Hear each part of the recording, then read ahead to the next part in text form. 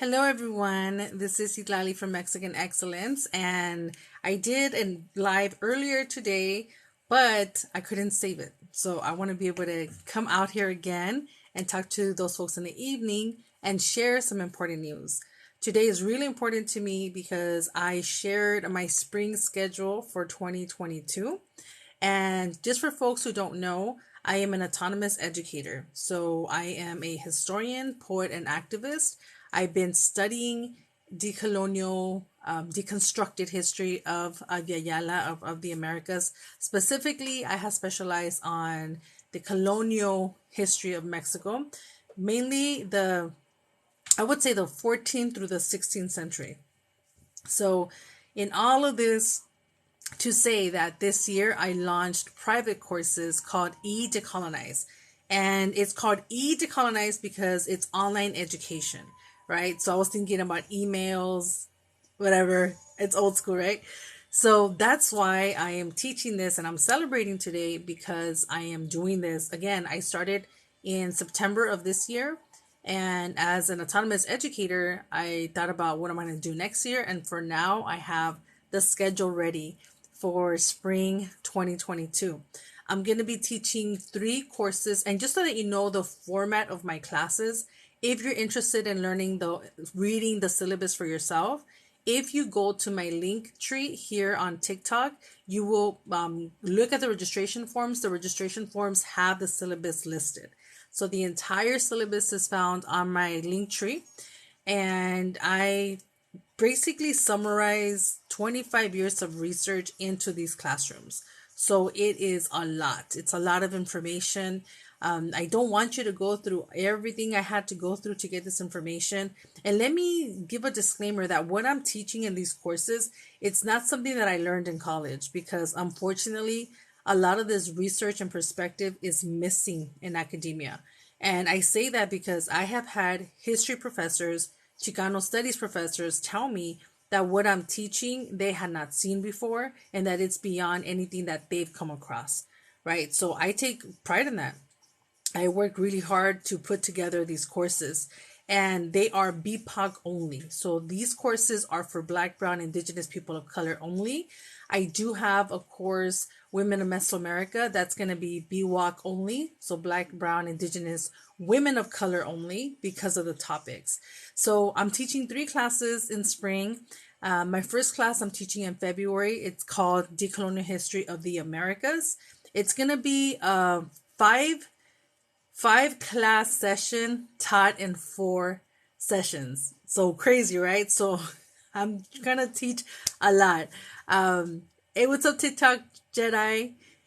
So yeah, so in February I'm teaching Decolonial History of the Americas. So what are we gonna get into? It's gonna be 4 Wednesdays, 6 to 7:30 p.m. Pacific Standard Time, and we're gonna get into introduction to history and the course, right? We're going to get into the ancient civilizations of Abya Yala and kind of get into the terminology that I'm going to be introducing folks to. And that's accomplishments from Abya Yala. And let me talk a little bit about Abya Yala. Abya Yala is the term that a lot of Native people use in reference to the Americas, right? And in my course, I talk about that. My lineage is Mexican, right? I'm constructed in this Mexican lens, and I felt uncomfortable at first saying Abya Yala because I didn't know much about it, right? And luckily, a relative of mine by the name of Arnold, shout out Arnold on Instagram, New Amauta, he taught me where the term Abya Yala comes from. The term Abya Yala is really important because in 1990, over 120 nations, indigenous nations, came together in Quito, Ecuador, right? They came together and they wrote a collective statement about the resistance to colonization and white supremacy. And in that statement, they declared that they were going to be calling the Americas Abya Yala. Abya Yala comes from the Cuna people of Panama, who have never been conquered, right? Never have been conquered by Europeans. So the movement of indigenous peoples in Quito, Ecuador in 1990, right? They wanted to honor that. So me now in 2021 learning about that, learning about the political aspect and the intentionality behind Abya Yala, I joined that effort, right? I joined that resistance to re-acknowledge and embrace the Americas as Abya Yala, to empower, liberation and decolonization, right? To distance away from colonial terms for the land, which is part of the settler colonialism that we are under.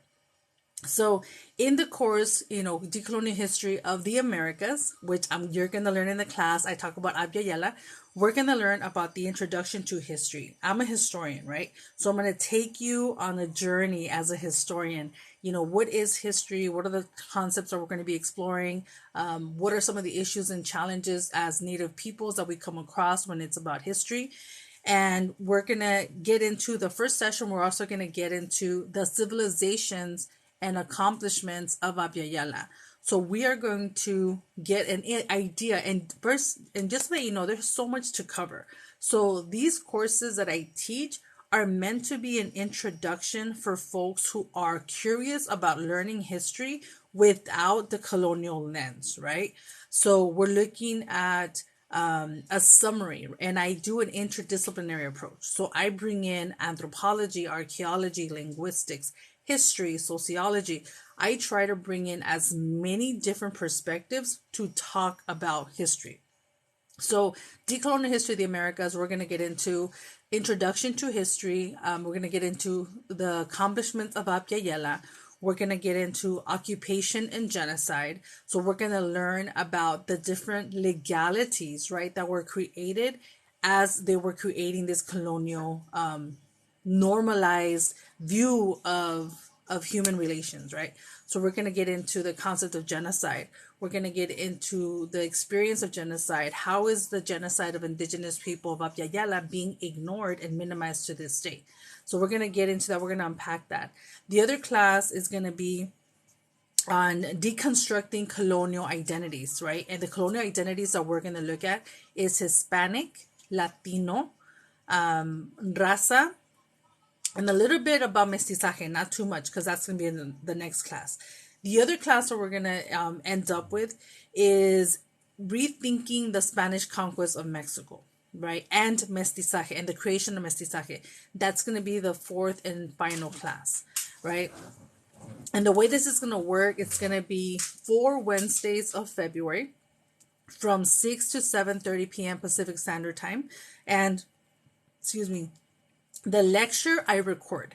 So just so that people know, I record the lectures of my classes, and I immediately after the class, I send it to my students along with any PDF files, references, links that I shared throughout the class, right? So the class structure is an hour and a half, 4 Wednesdays, 6 to 7:30 p.m. And it's 1 hour of recorded lecture. At the end of the lecture, I stop recording and we go into our discussion. Our discussions are 30-minute long and they are not recorded.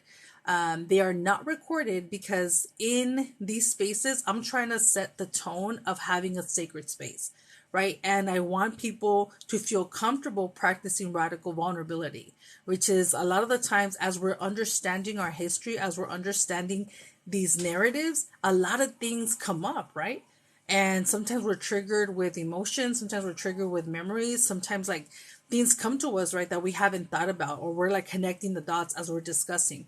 And to me, discussions are powerful, right? Discussions is how many of our ancestors were able to engage ideas.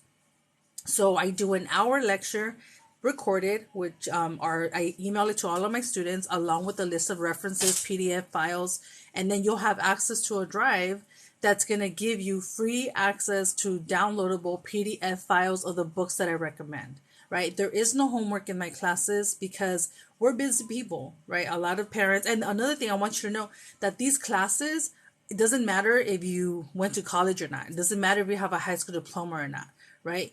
All that matters is that you're BIPOC, which is Black, Brown, Indigenous people of color, and that you're interested in learning an introduction to decolonial history.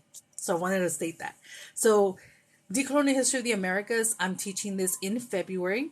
So it's going to be 4 Wednesdays in February, 6 to 7:30 p.m. If you're interested, the registration link is here on my link tree. You can read the entire syllabus and more details on the class. Then in March, I'm going to be teaching 2 classes. I'm going to be teaching Women of Mesoamerica, which is going to be a 3 Saturday course from 12 to 1:30 p.m. Pacific Standard Time, right? So that's going to be my class for March. So in March, I'm teaching 2 classes. I'm teaching Women of Mesoamerica, which is 3 Saturdays of March, and then I'm teaching Decolonial History of Mexico. Decolonial History of Mexico is 4 Wednesdays in March. So that's what I'm teaching in the spring semester. I have a bachelor's and master's in history. I finished the training for community college teaching for Los Angeles Community College District, which was super powerful about methodology, education theory. How do we teach? How do we implement these changes, right, into our classrooms? So that's what I do as an autonomous professor. Those are the courses that I create. And also, just to let you know, I also have 13 years of free content that you can find on YouTube. TikTok, I'm late to TikTok, right? I just created this account in May. So I've been on TikTok since May of this year. But prior to TikTok, I have been on YouTube since 2008, creating content about decolonization, learning the true history of Mexico, Central America. I have speeches there. I have workshops that I've created. When I speak at different places, at commencements, I've been a commencement speaker for a couple of schools as well. So I try to share information that I think is going to empower y'all and inspire y'all. And just so you know, my perspective that I'm presenting, it's from the detribalized Mexican perspective, right? I'm not speaking for all indigenous people. I don't have the experience from being from the comunidad originaria. I am talking about the Mexican experience as far as being detribalized. I am the 4th generation removed from a Nahuatl community in Juchitlan, Jalisco, right? So that's where my roots come from. So in understanding history and trying to understand decolonization and colonization, it's something that's super important to me. I'm also a poet. I'm a published author. My book, Obsidian Blades, is being used in high schools and universities throughout the colony of the United States. And I'm really grateful for that. Never imagined that my book would be used as text in classrooms. So I love that. My book, it's called Obsidian Blades, Decolonizing Poetry for the People of Occupied America. And right now, I'm actually finalizing my second poetry book. And my second poetry book, it's going to be finalized in January, hoping to launch it in February. And the book is called Don't Call Me Latina. The book is basically going to be like a summary of my work when it comes to identity and decolonizing, decolonial perspective, right? So we're going to get into poetry. We're going to get into photography. I'm going to be sharing some of the research that I've done. So it's going to be pretty intense, pretty complete. It's called Don't Call Me Latina, and I will announce it when it's ready. For now, it's in the finalizing stages. It's a 3-chapter book that's going to talk about poetry. It has photography, and then it has research as well. So I'm really excited to share that. I'm excited for that launch. It's going to be finished by January, hopefully launching by February. And that's what I do, right? So I use social media to take up space, to create educational content. And if you haven't checked out my videos here on TikTok, check them out. I try to give you information that might help you on your journey, right? And understanding the layers of colonization and how they have impacted our identity as people. Tooth Angel 1, thank you for all you do. Estamos presente. That's right. That's right. So yes, so don't forget, I'm on Instagram, I'm on YouTube, and my decolonial courses. I teach free courses, and you'll find 13 years of free content on my YouTube. I also, if you go to my Instagram page, I'm constantly creating educational posts about stories that I find. As a historian, I'm always researching, right? I'm always researching important information that may help people. And I always have in mind, right? I saw these two statements. I forgot where I saw them. The first statement is create what you wish existed, right? Which is why I created these courses, because when I started my journey of learning my history, I was 15 years old. And the people that were teaching me the history, like, they weren't the most pleasant and positive people, right? There was a lot of ego, there was a lot of arrogance. So people would talk about history like in a really hierarchical way to me, and I was like, what the fuck? I'm 15. How am I going to understand this? So I am creating content in a way that is accessible and in a way that is for everybody, right? Which is, I believe in democratized education. So not everyone has the privilege of going to college. Not everyone cares about going to college, which is why my courses are for everyone. I have had a 14-year-old in my class. I have had 17-year-olds in my class. I have had Chicano studies professors in my classes. I have a little bit of everything, right? Because the courses are for everyone. And what I love about teaching classes independently from any institution is that people can enroll from all over the world, right? So I've had students from Oaxaca, I have students from Alaska, I have students from Canada, and that has been so powerful, right? To be able to meet people in these courses and not deal with the bureaucracy of paperwork. So that's what my courses are about. It's BIPOC only, Black, Brown, Indigenous people of color only, and they are taught through Zoom. So if you sign up, you'll get access to the courses. I record the lectures. I email my students the recording immediately after our class is over, right? And you have about a week or two to view the class. And I email you PDF files, resources, links to, interesting videos I may watch. I don't have any homework, like I said, because I'm sure a lot of people are busy already, right? So the homework, I don't have homework, but what I do is I invite people to participate in the discussion, because that's how we grow and that's how we create community, right? So my classes are an hour lecture followed by, which is, the lecture is recorded, followed by a 30-minute discussion that's not recorded. And to me, those discussions are so fucking powerful, because when I have been invited to spaces and they're not recorded, there is a different level of comfort when you are in those classes, right? That they're not recorded. So I myself feel very comfortable. I feel like I could be more vulnerable than if I was in a recorded class. So I'm trying to create sacred spaces for people to feel comfortable, right? And for people to speak on their experiences and the fact that they're BIPOC only, right? Some people can get bothered from that. Some people have messaged me because they're bothered with it. But the way that I tell people and I explain this is that, to me, learning our history as colonized people that are going through this maze of understanding who we are is medicine, right? As we're learning our history, we're understanding why we've had certain experiences, why our parents are a certain way, why our grandparents are a certain way. So there's just so many layers to our identity, to our history as a people. And history, to me, really offers that lens through which we can better understand ourselves, each other, and move forward with much more consideration and clarity on what it is that we're up against, right? And that experience, to me, is very healing. So that's why, even if you're white and you're an ally, I'm sorry, but this class is not for you, right? These classes are centralizing Black, Brown, Indigenous people of color.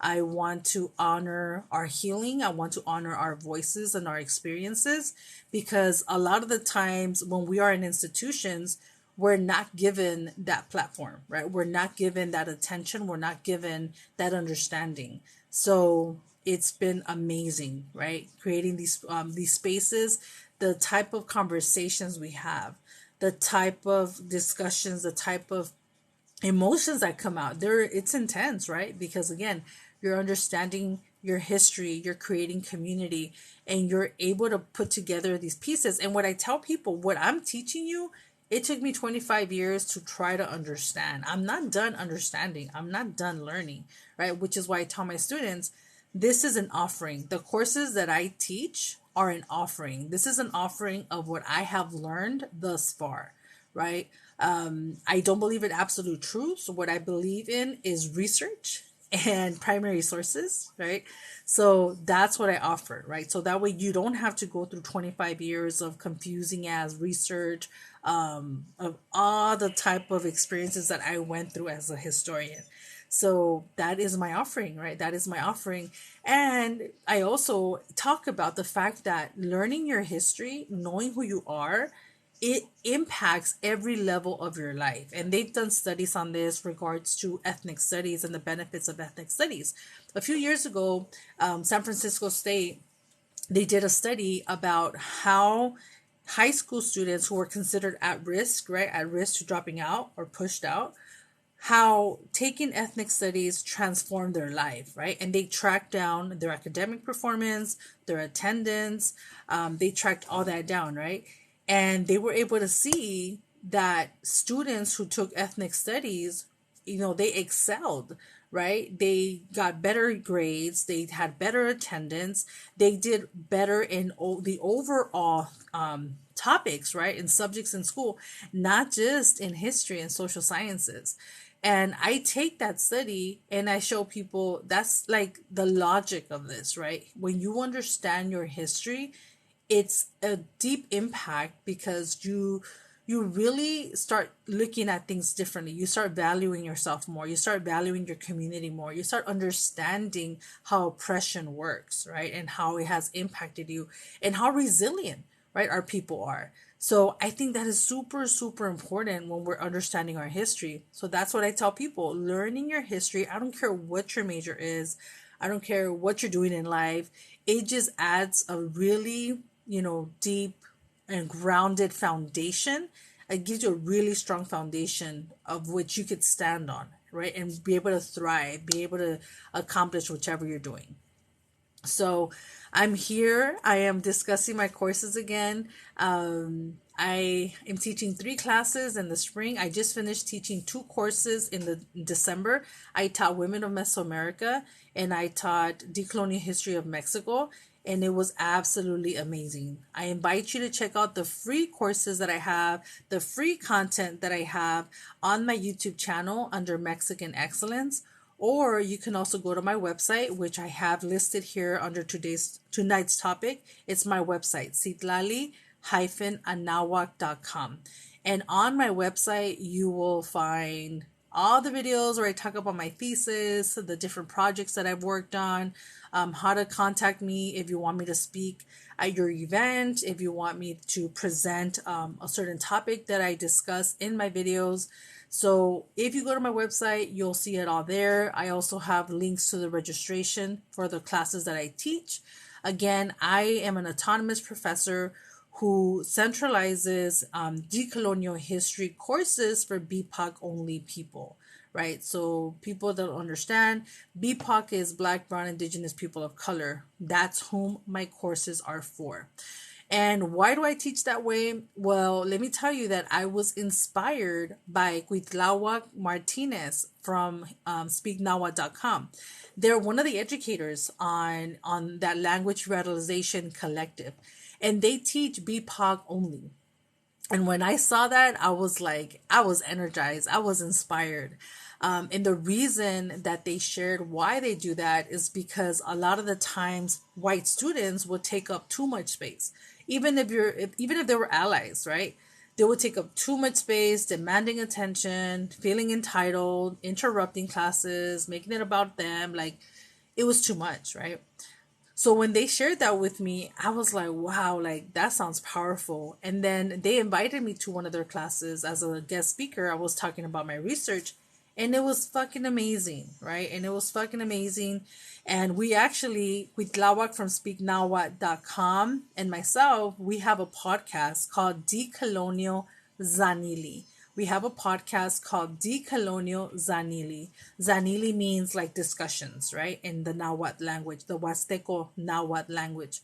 And in that, we have an episode. Our last episode was talking about why we teach BIPOC spaces only, right? So if you're interested in learning more about that, you can go to Decolonial Zanili, the podcast. It's on my link tree. Actually, that episode of why we teach BIPOC spaces only is listed on there. So you can check it out and listen for yourself, right? As for myself, the reasonings are that basically throughout my life, I've always lived in this relationship with white authority figures, right? Whether there be white teachers, white administrators, white bosses, white counselors, white therapists, white boss, like everything about interactions and everything about power was always mitigated by white people, right? And even in academia, right? In academia, we have that white presence, right, that dominates it. Even if, and I say this, even if white students mean well, the white allies that I have been in space with, they just take up too much space, right? Yes, if you are in this circle that is open to white folks and decolonizing, I think it's really rude how they just really want to talk about how they agree and how they're different than other white folks and their allies. And like, honestly, part of the healing that we have to go through as a people is going to require our own commitment to our community and our own understanding, right? And so that's why it's like, no, I want to have a class where we don't have to worry about that, where we're intentional, where we can share our stories without those microaggressions that come with a lot of settlers, right? A lot of colonizers, a lot of even white allies just practice these microaggressions. And I don't have the mental capacity to dedicate time in my class to educating folks on why that's racist or why that's white supremacist. Like, that's not what my classes are for, right? I work really hard on creating content in my private classes that are really specific and are really, created and intended for Indigenous people, right? Because think about it, our voices are not part of the K through 12 public education narrative, right? They're not even part of college. So if I tell people what I'm teaching, it's not things that I learned in college, because even in college, we're not being taught this, right? I've had Chicano studies professors in my classroom, and they're like, shit, I didn't know this. I've never been taught this, right? So it's important to understand that I'm not teaching you academia. I'm not teaching you just what my neighbor told me. Like, I have 25 years of being an activist, of being on this journey, of constantly trying to study, understand, research, interview, talk to, participate in. And so through all these avenues, and recently, mind you, I didn't finish my degrees until later in life, right? So I went to East LA College. I transferred to Cal State LA in 2015. In 2016, I obtained my bachelor's degree with the highest honor. I must say, I'm fucking proud of that. With the highest honors in Cal State LA.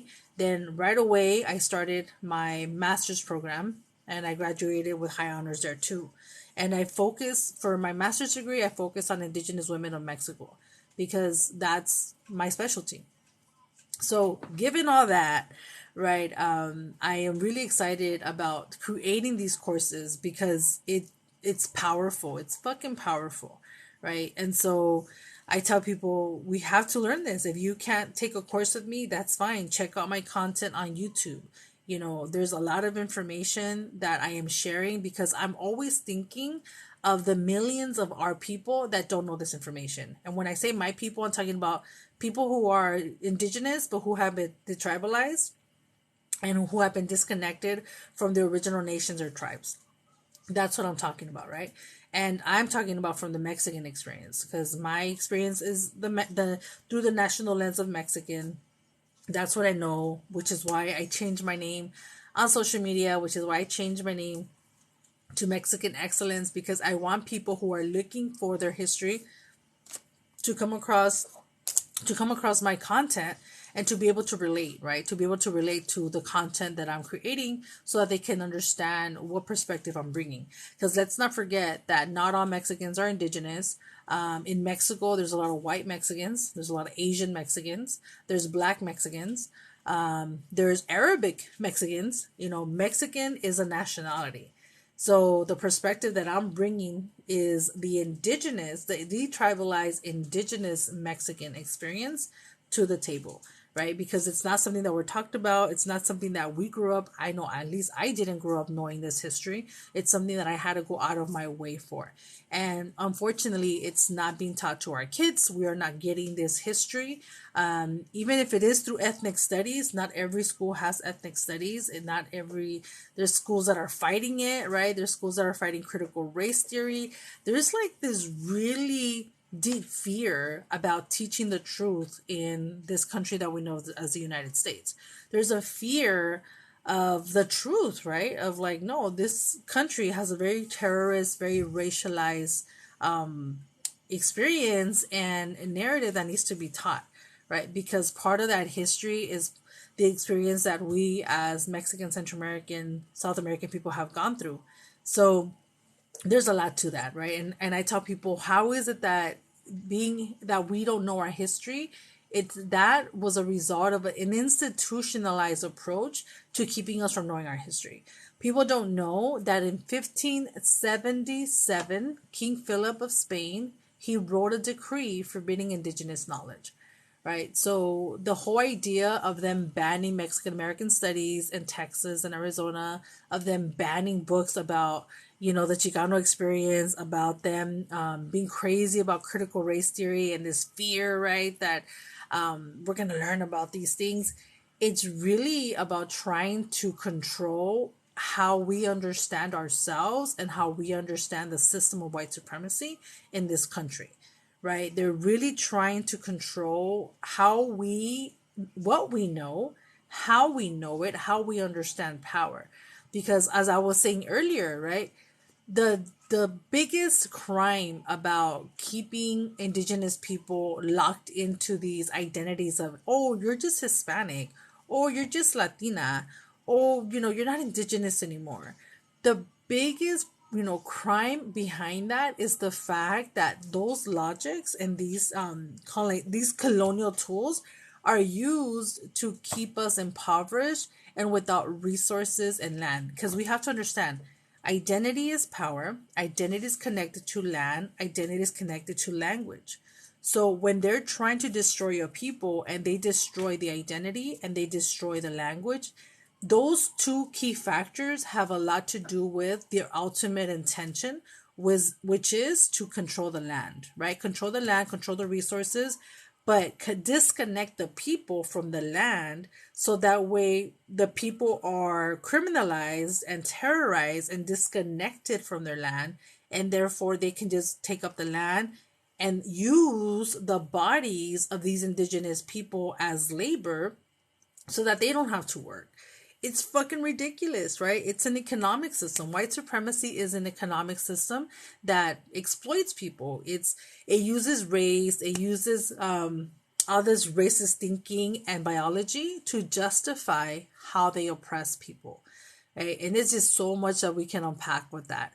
But anyway, I am celebrating today because I launched my next 3 classes, my spring schedule, and I'm really excited to share that. So check out my website. I listed it here on the topic, citlali-anahuac.com, and you will learn all about my content, my projects, my courses that I teach, which are 3 classes coming up February and March. So check it out. Go to my YouTube channel. Check out the content there.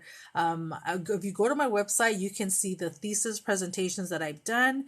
I have done some presentations in the Spanish language where I talk about decolonial history of Mexico. So for those folks who you want to share this information with your family, who don't speak English, go ahead. I have a few videos on my YouTube channel in the Spanish language. Not a lot, but that's what I have on there. So anyway, thank you so much for tuning in. I am celebrating. I have 3 classes that I'm teaching in the spring. Check out my page. Go to my Instagram page. There's lots of information. I'm trying to take up space. I'm trying to present information to people that this could benefit, right? You can benefit from learning your history. You can benefit from hopefully the perspectives that I'm introducing, because we don't get these perspectives elsewhere. It's really hard to get a decolonial approach to history, right? So as an Indigenous person that is disconnected from my original nation and tribe, this is how I'm filling in the gaps, right? I'm filling in the gaps by understanding history and presenting it to my people. Quetzal, hey Quetzal, how are you? Your book is literally amazing. I'm reading it and I'm loving it. Thank you so much. Thank you so much. So yes, my book is called Obsidian Blades. I have it as an ebook and it's also in print. And I published that in 2014. So my new book that I'm working on is called Don't Call Me Latina, and that should be ready by January or so. Hey, what's up, Wendy? Nice to see you on here, Wendy. Thank you for tuning in. Yeah, so stay tuned, everybody. My next poetry book is called Don't Call Me Latina. It's going to be a 3-chapter book. It's going to have poetry, photography, and research, right? So I'm trying to like put it all together, like the most important aspects of decolonizing identity and putting it all together. And it's called Don't Call Me Latina. And I'm really excited for the cover because I'm on the cover is me I think I was 7 years old in the picture that was taken. So really excited for that. And I really am hoping that it's received well because it has a lot. My book Obsidian Blades, it has poetry from the beginnings of my journey of decolonization up until like 2013 or 12. But this book, Don't Call Me Latina, is going to be a continuation of that, right? So I'm going to have recent poetry.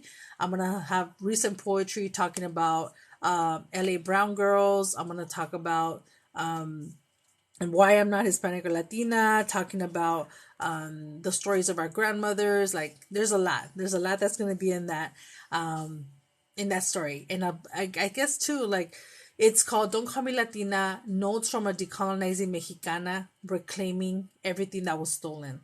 That's pretty long.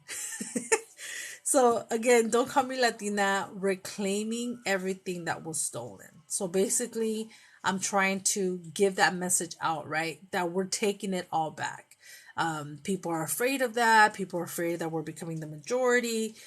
Well, the thing is, this continent belongs to us. It's our ancestral homeland, right? So whether we are from Central America, Tierra del Fuego, our ancestors have been on this continent for thousands and thousands of years, and they have been trading with each other. They have fought each other, right? We've had such a massive and ancient history on this continent that the temporary, colonial presence of occupation known as United States, known as Mexico, El Salvador, they're trying really hard to make it seem that their colonization is permanent and that it's a natural phenomenon. But it's not, right? And like I tell people, as a historian, I'm really excited to share that just because we're occupied right now doesn't mean we're going to be occupied forever, right? Usually people who are occupied get free, right? People get free. So this part right now, the fact that we don't have control of our lands, the fact that we don't have control of our resources, the fact that the government we're understanding. We are returning to our ancestral lands, to our ancestral understanding. And that's not something that could be stopped, right? It can't be stopped. People can fear it. That's why there's this fear, right? There's this fear that, oh my gosh, they're the majority, they're this. And the thing is, my concern is I don't want to be the majority and not be thinking in the majority of the benefit of my people, right? Because you see it all the time. There's a lot of our people who think they're white. There's a lot of people that are so whitewashed that they don't care about any of this, right? So if we are going to be a majority, what is that going to look like for our people? What is that going to look like for our history and heritage? Are we going to regain that power and that humanity back, right? Because again, it's been centuries. It's been 5 centuries of being occupied, but it's been really recently that we've lost the majority of the control over our lands. So as you're understanding history, as you're understanding how identity is constructed and why identity is so important, like I tell people, it is through the attacking and dismantling of a people's identity that is how they are exploited and how their lands are stolen, right? So, like I said, identity is power, identity is land, identity is language, identity is telling the story. And the story that they want us to tell is that we're European, or Hispanos, or Latinos. Like all this emphasis on Europeanizing us as indigenous people, because ultimately we're on our land. Ultimately, maybe you don't speak your indigenous language, but I bet you your great great ancestor did, right? And that experience of shame connected with the policies of these colonial countries that worked really hard to repress your identity and your language, it goes hand in hand, right? So it's something that we're understanding and it's being unpacked. So that's why I tell people this is huge, right? I'm not Hispanic, I'm not Latina, I'm not a new race, I'm not a fifth race, right? Being occupied for 500 years is nothing compared to how long we have been free. It's nothing compared to the thousands and thousands of years that we've had roaming on our continent, trading with each other, fighting with each other, talking with each other. Like this doesn't compare, right? You look at the if you're looking at your history in its totality, right?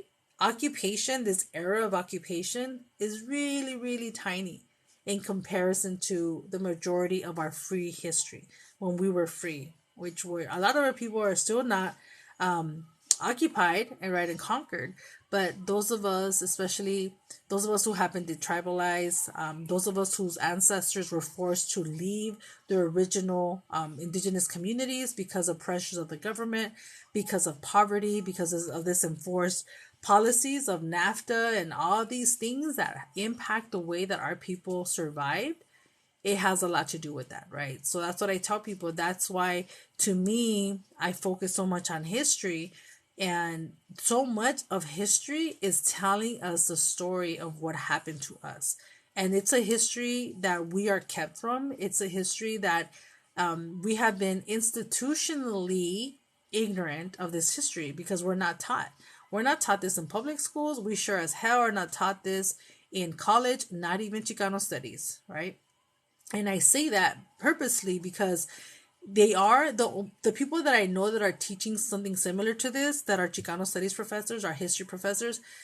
Unfortunately, they're not tenured, right? So the new generation of professors are really working hard to break away from that Eurocentric narrative of history, but they're very few and in between, right? So it's unfortunate that the tenured professors tend to be more conservative, tend to not really expose and challenge Eurocentricity and white supremacy.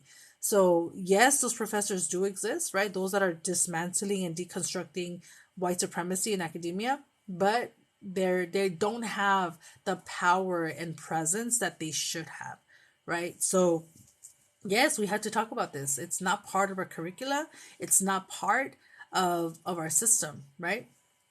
So Kochimiki says, what did it say? He who does not know his history does not know who he is. Exactly. Exactly. All right. So anyway, I invite you to check out my website, check out my YouTube channel, check out my courses if you're interested. I have 13 years of free content on YouTube. If you go to my Instagram, I'm constantly creating posts here on TikTok, right? I try to introduce you to important information that might help you understand history better, especially as a detribalized person that's reconnecting to your particular narrative, right? So anyway, thank you for joining me, and I hope to see you in either Instagram or in one of my courses. Go to my link tree, also to my website. I listed it here as a conversation title. It's citlali-anahuac.com. citlali-anahuac.com. You will find all the information there. Thank you so much. Good night, Quetzal. All right, everybody, have a beautiful night. I will see you soon. Hopefully, I will do another live talking about specific courses, and I'll show you part of my slides so you can see what I'm going to be teaching. All right, everybody, stay connected. Follow me on YouTube and Instagram. Buenas noches. Wally yo Wally.